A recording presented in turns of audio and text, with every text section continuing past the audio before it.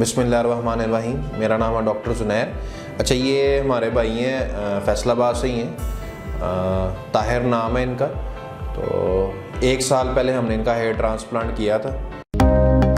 अगर आपने अभी तक हमारे चैनल को सब्सक्राइब नहीं किया तो फ़ौरन सब्सक्राइब के बटन पर क्लिक कीजिए और साथ ही घंटी के बटन को दबाना मत भूलिए ताकि आपको हमारी आने वाली वीडियोस बर वक्त मिल सके।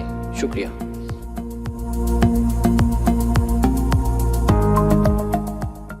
तो पीआरपी तो करवाते रहते हैं, आज फिर पीआरपी करवाने आए हुए थे तो हमने सोचा इनकी वीडियो बना लें। जो इनकी पहले वाली बेक है वो भी हम आपको दिखा देंगे। तो इनका एक्सीलेंट रिज़ल्ट है, विद थिकनेस है।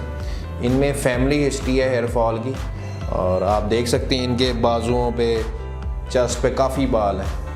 तो ये मेडिसिन खाएं, पीआरपी करवाएं तो फिर ही इनके जो बैक साइड के जो बाल हैं इस मिड एरिया के फिर बचेंगे, अदरवाइज़ ये गिर जाएंगे। इनकी फैमिली हिस्ट्री है, इनके वालिद साहब के बाल गिर चुके हैं। तो बालों की जो केयर करेंगे तो फिर ही मिड के बाल और क्राउन एरिया के बाल बचेंगे, अदरवाइज़ वो बाल गिर सकते हैं।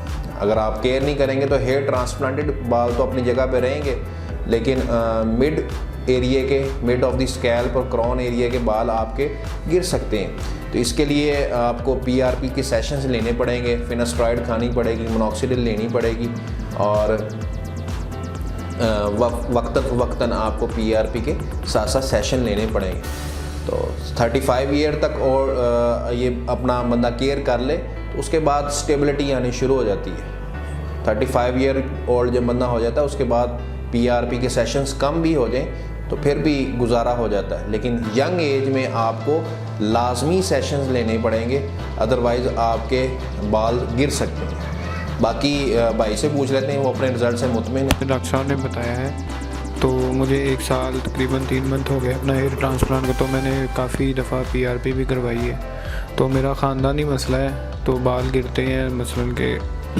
तो पीआरपी भी करवाता हूँ, साथ मेडिसिन भी खाता हूँ। तो इंशाल्लाह रिज़ल्ट जो है ना वो बेहतर से बेहतर हो रहा है और मज़ीद बेहतर हो रहा है। तो ये थी हमारी आज की वीडियो। अल्लाह हाफिज़।